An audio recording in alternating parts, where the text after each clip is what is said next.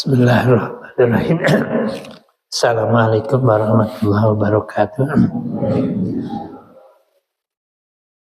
Bismillah, alhamdulillah. Wassalatu wassalamu ala rasulillah ala man la nabiyya ba'da. Ibu-ibu dan bapak-bapak yang saya hormati, ketika Masjidil Haram kena banjir, itu banjirnya sampai ke atas Ka'bah. Itu terjadi pada kira-kira 5 tahun sebelum Nabi Muhammad diangkat jadi Nabi dan Rasul. Belum Islam pada waktu itu. Nah, kemudian pada waktu itu Ka'bah rugruk. Banjir luar biasa. Tapi kalau sekarang di sebelah Ka'bah tidak akan banjir besar. Sebelah selatan Masjidil Haram itu memang tidak kelihatan karena bagusnya konstruksi bangunan. Itu ada sebuah terowongan, mobil juga masuk. Itu kalau terjadi lagi banjir, Ka'bah tidak tergenang selatan, tapi tidak kelihatan. Nah, pada waktu Ka'bah itu runtuh, Ka'bah itu rugruk, maka dibangun kembali Ka'bah, bangun kembali seperti sekarang. Ketika mau menempelkan, memasangkan batu Hajar Aswad, 3 tokoh Quraisy berebutan ingin dicatat dalam sejarah bahwa sayalah yang menempelkan Hajar Aswad itu sudut paling tadi dia. Pas sama begini sebelah sini. Akhirnya pada waktu itu terjadi pertengkaran. Saya yang berhak. Katanya saya yang berhak. Akhirnya diputuskan bahwa yang berhak menempelkan Hajar Aswad ini setelahnya Ka'bah dibangun lalu begitu, kita lihat saja nanti siapa yang pergi ke tempat ini yang paling awal, yang paling ke Masjidil Haram yang paling awal. Maka ketika itu ternyata yang paling pertama kali masuk ke Masjidil Haram adalah Nabi Muhammad. Maka diputuskanlah bahwa yang akan menempelkan Hajar Aswad itu Nabi Muhammad. Dulu bukan Hajar Aswad namanya. Dulu namanya Hajar Abyad. Batu dari surga yang memancarkan cahaya. Jadi kalau malam hari itu, batu itu mengeluarkan cahaya ke Madinah dan mengeluarkan cahaya ke Yaman. Wah, gemuruh, cahaya aja. Kan batu dari surga. Dan orang senang mencium batu itu karena wanginya luar biasa. Coba ibu bapak ya, yang di luar nalar manusia, itu yang mencium batu itu sampai berebutan, wah luar biasa. Dah sengit weh gitu. Padahal yang mencium itu jutaan orang. Coba nama kia ibu ya bapak, orang keluar, setiap jalma nyium gagang pantok. Pertama mah mending, ya nukat 3 4 kali mah belum sengit deh, ya sengit melenoknya luar biasa. Ya jelasan beda. Karena pada waktu itu orang yang senang mencium Hajar Aswad itu bukan tawaf, karena senang wanginya. Islam belum ada. Akhirnya karena banyak yang mencium batu itu orang-orang yang berdosa melulu, berubah jadi hitam. Tuh ya, ngertos bu? Nah, baru jadi hitam. Nah, Nabi Muhammad tidak merasa saya orang yang hebat. Belum Nabi. Muhammad tidak merasa dirinya paling hebat. Tidak merasa dirinya sebagai orang yang pintar, cerdas. Beliau mengambil sorban. Sorban,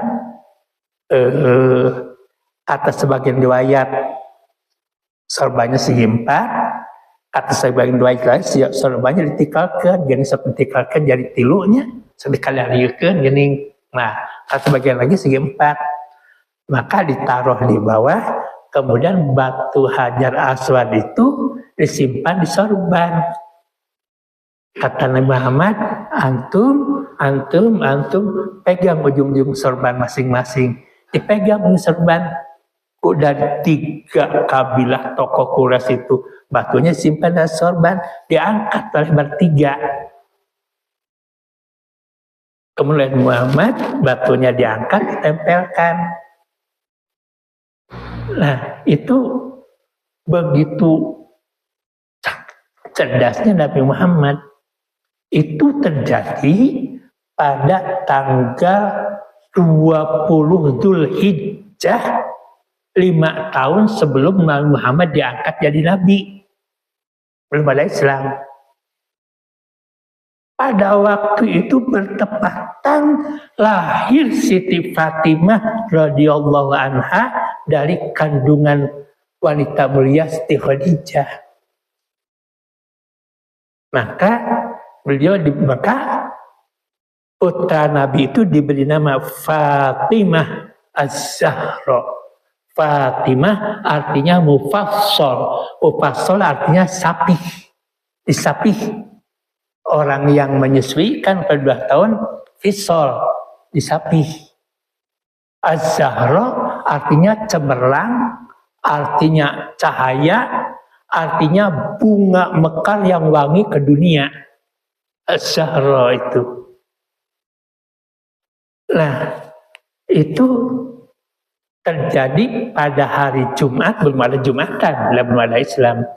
Jadi pada hari Jumat, tanggal 20 Zulhijjah tahun 615 Masehi atau 5 tahun sebelum diangkat kenabian Nabi Muhammad. Nah, Siti Fatimah beranjak makin besar, beliau suka mencium kedua pipi Siti Fatimah, termasuk sampai ketika Siti Fatimah sudah menjadi istri Ali bin Abi Thalib masih sekali ciumi. Sudah terangkan kemarin, ulangi lagi. Kenapa ya Rasul, engkau begitu sayang kepada Fatimah? Kenapa buktinya engkau suka mencium kedua pipi Fatimah? Maka Nabi Muhammad menjawab, jika aku rindu kepada wanginya surga, uciumi anakku Fatimah. Memangnya kenapa? Fatimah adalah jelmaan dari bagian bidadari surga. Allah karim kayak apa ya? Sehingga dalam tarikhul Islam sampai kiamat pun tidak akan ada wanita secantik Siti Fatimah. Sebab jelmaan bidadari dari surga. Nah, setelahnya itu kemudian Siti Fatimah Az-Zahra dinikahkan kepada Sayyidina Ali bin Abi Thalib, dan dari Sayyidina Ali bin Abi Thalib lahirlah 5 putra. Hasan, Husain, kemudian Zainab, Ummi Kulsum, dan Muhsin. Tapi Muhsin wafat ketika lahir masih bayi. Yang hidup adalah Hasan, Husain, Zainab, dan Ummi Kulsum. Nah, ibu dan bapak, Nabi Muhammad setelahnya punya cucu, beliau suka mencium leher Sayyidina Husain. Kalau ke Fatimah, ibunya suka cium di pipinya, kalau Husain suka mencium leher Sayyidina Husain. Tanya, ya Rasulullah, kenapa engkau suka mencium leher Sayyidina Husain?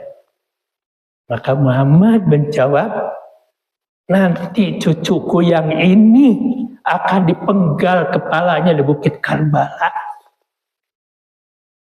oleh kaum Khawarij yang sekarang pada waktu itu kepalanya ditendang-tendang jadikan bola permainan sepak bola. Makanya dulu kaum Syiah mengharamkan main sepak bola karena kaum Syiah membela Sayyidina Husain. Tapi sekarang berubah jadi juara, bahkan Syiah itu kepalanya tuh diarak ke Madinah, ke Yaman, kemudian badannya sampai hancur. Kemudian orang yang lewat pada kepala Sayyidina Husain diwajibkan meludahinya.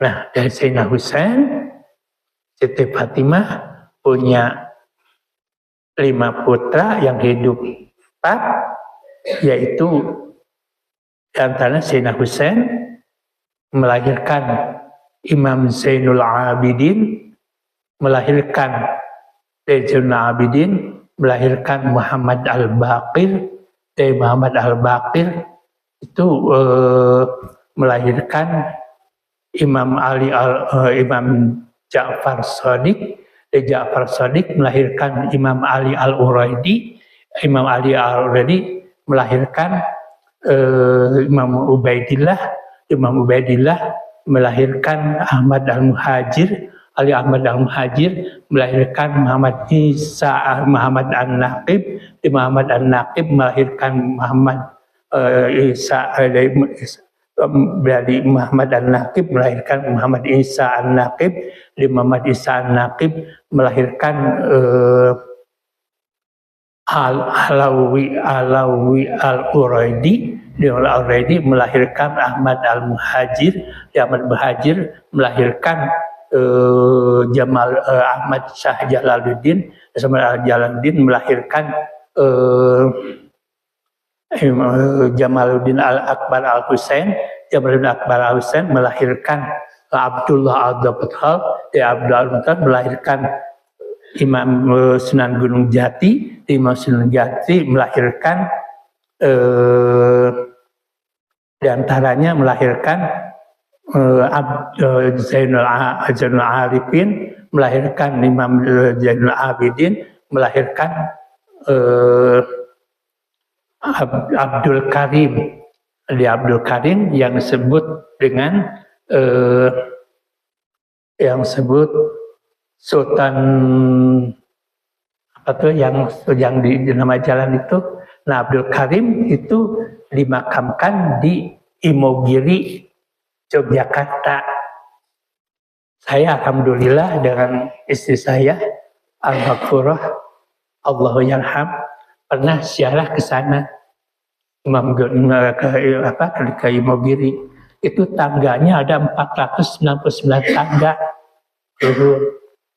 Sampai sekarang setiap orang yang ziarah ke Imogiri suka menghitung jumlah tangga, jumlah pasang, tapi ketika turun tidak ada satu orang pun yang bisa jumlahnya sama seperti naik.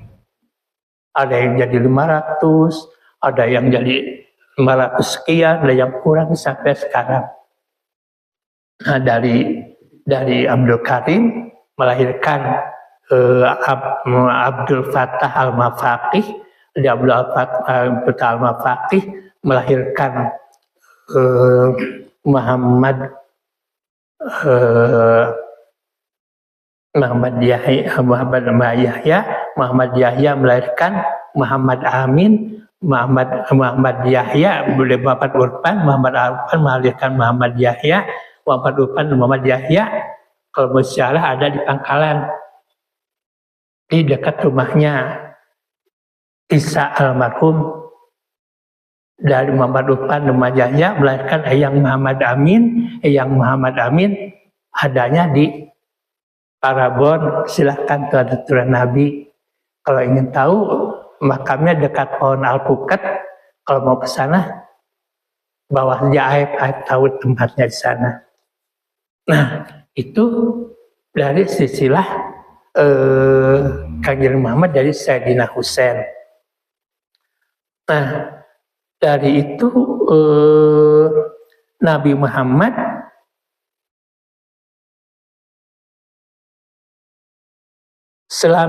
setelahnya 5 tahun setelahnya kelahiran Siti Fatimah, kemudian beliau berkata begini, nanti di hari kiamat, nanti di hari hisab, Allah berfirman, ya'lu wujuhakum la tubsirun. Kata Allah, tundukkan kepala-kepala kamu semuanya dan jangan ada yang melihat seorang pun juga. Maka pada hari kiamat tersebut, semua orang di padang mahsyar menundukkan kepala dan tidak ada berani yang melihat. Tiba-tiba seperti ada rombongan yang lewat dan tercium bau harum yang luar biasa. Setelah itu Allah berfirman, angkatlah kepala-kepala kamu, lihatlah dia. Ternyata Allahu Akbar, subhanallah, Siti Fatimah lewat dengan rombongan kaum wanita.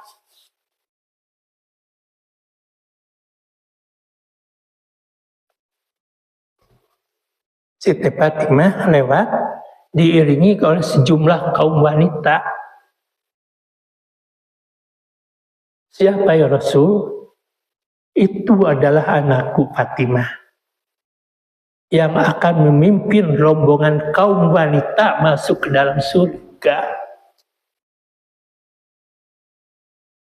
Makanya kaum Ahlussunnah wal Jamaah kalau ingin bersama rombongan Siti Fatimah harus ada hubungan batin kepada Siti Khadijatul Kubra dan kepada Siti Fatimah, ibu-ibu. Saya kaum Ahlussunnah wal Jamaah suka tawasul, suka hadiah kepada Siti Khadijah dan kepada Siti Fatimah. Itu kesunawe Allahumma taqabbal wa absil. Allah ya Allah, mungkin Fatihah didugikeun ka Siti Khadijah sang Siti Fatimah, Al-Fatihah itu bergapil, ada koneksinya, ada hubungannya. Makanya di dalam masa banyak yang berpisah antara suami istri, banyak yang berpisah istri, bapak dan anak. Tapi kalau bagi orang, nah siapa itu ya Rasul, orang yang rombongan wanita yang dibawa oleh Siti Fatimah itu kunnal minati, mereka adalah wanita-wanita yang mukmin, yang iman kepada Allah, yang percaya kepada Muhammad sebagai nabi dan yakin bahwa Fatimah itu adalah jelmaan dari surga. Allah karim ibu ya hilafu ya, hadiah kepada Siti Khadijah dan Siti Fatimah. Allah karim, rombongan. Begitu, jadi terbayang ketika Imam Syahri siapa ditanya bagaimana cantiknya Siti Khadijah. Mas Syahri menjawab, la ainun ra'at wala sami'u wala udhun sami'at wala yubsirul basar.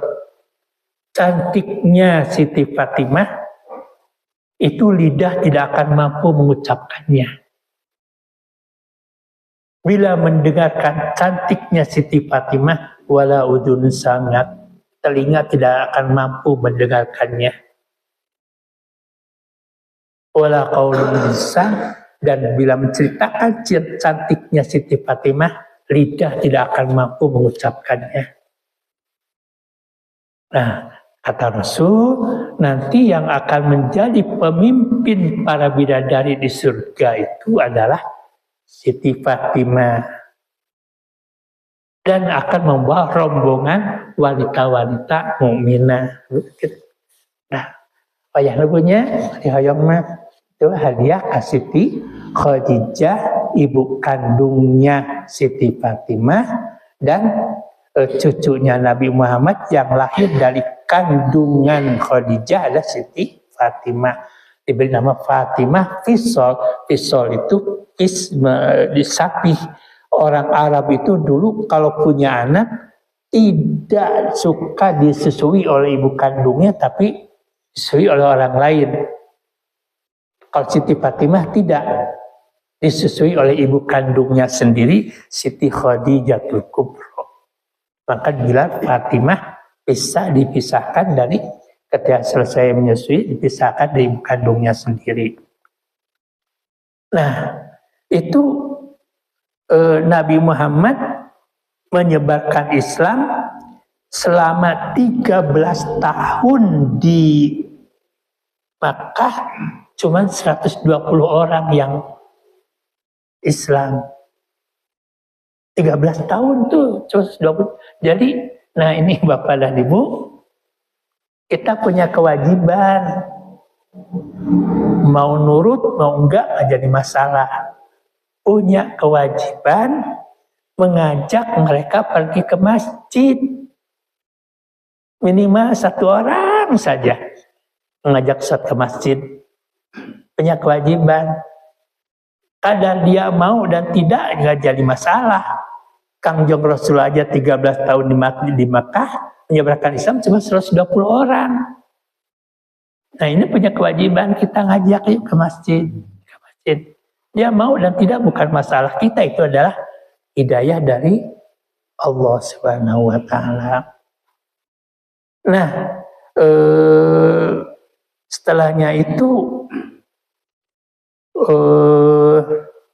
Nabi Muhammad diperintahkan untuk hijrah ke Madinah. Nah, begitu sampai di Madinah, di Yasrib, banyak orang yang meminta, ya Rasul, ya Muhammad, udah tinggal di rumah saya saja. Pada ingin Nabi Muhammad tidak mau berhenti dimanapun juga, kecuali apabila unta yang ditunggangi oleh Nabi Muhammad bernama Quswa berhenti dan sendirinya. Nantilah terserah unta saja. Di mana berhenti, saya di sana akan berhenti. Tiba-tiba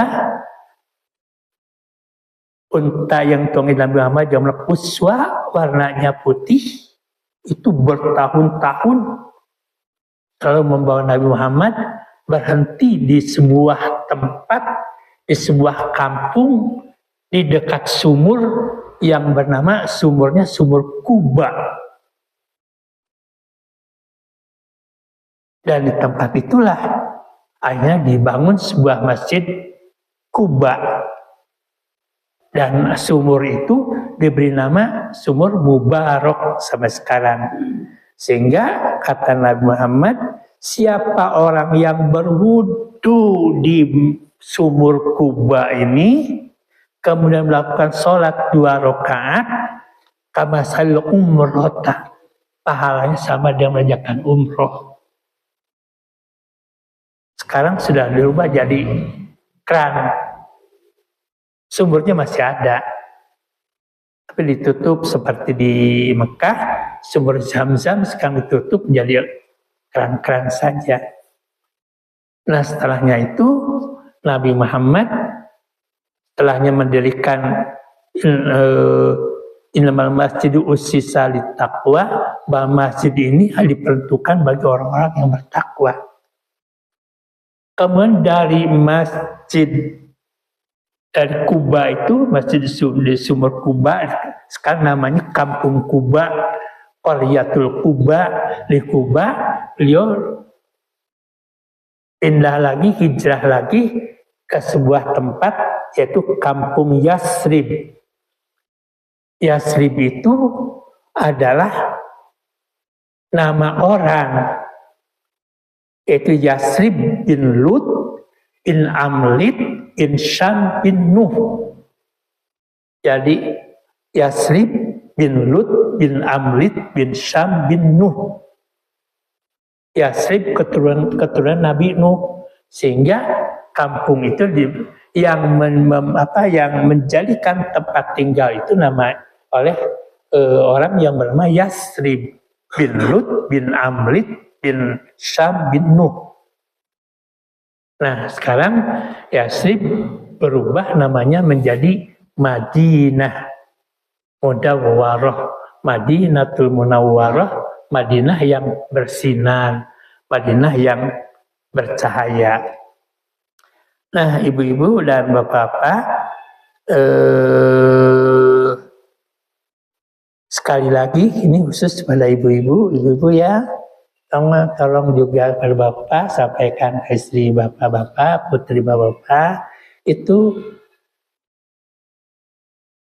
kenalilah, dekatilah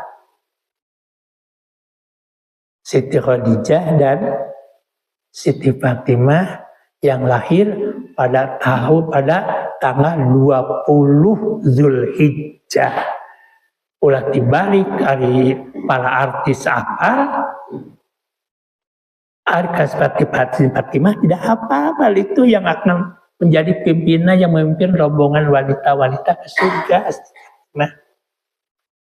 Nah setelahnya itu ibu bapak yang saya hormati, dari sanalah Nabi Muhammad di Madinah tidak menjadikan baldatul Islamiyah, tidak dijadikan negara Islam. Jadi dalam Al-Quran dan hadis tidak ada negara Islam.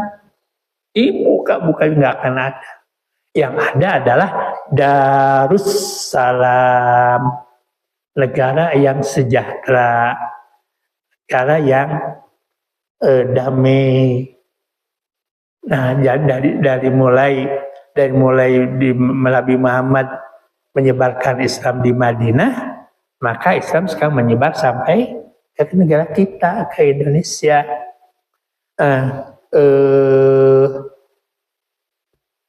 Pada waktu itu di Yasrib berubah menjadi Madinah, dan Nabi Muhammad juga wafat akhirnya di Madinah. Dan Siti Aisyah dimakamkan di apa sana tuh, makam di Madinah itu lupa lagi. Nah jadi ibu bapak, kalau insya Allah sekarang sudah di Mekah ya, siapa Sari ya, Sari lihat suaminya, dan gitu saya katakan ke Ipah, saya katakan ke Sari bahwa ke Mekah, ke Madinah itu bukan karena punya uang, bukan. So banyak yang uangnya punya uang banyak tapi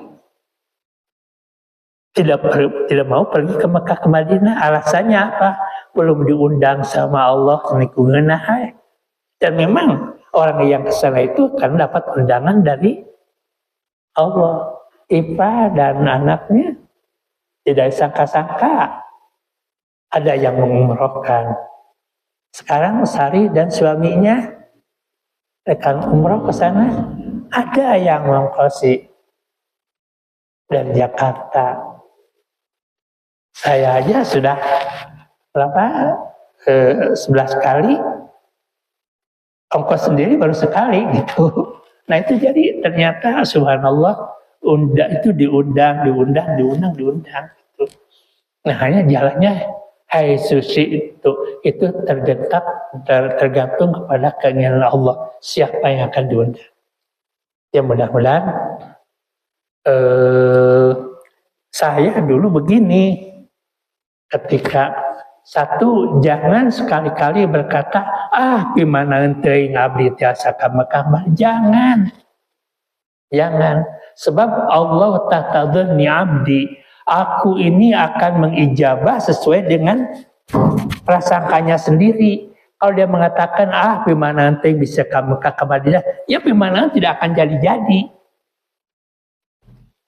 Salat gimana teuing diterima, tidak akan diterima.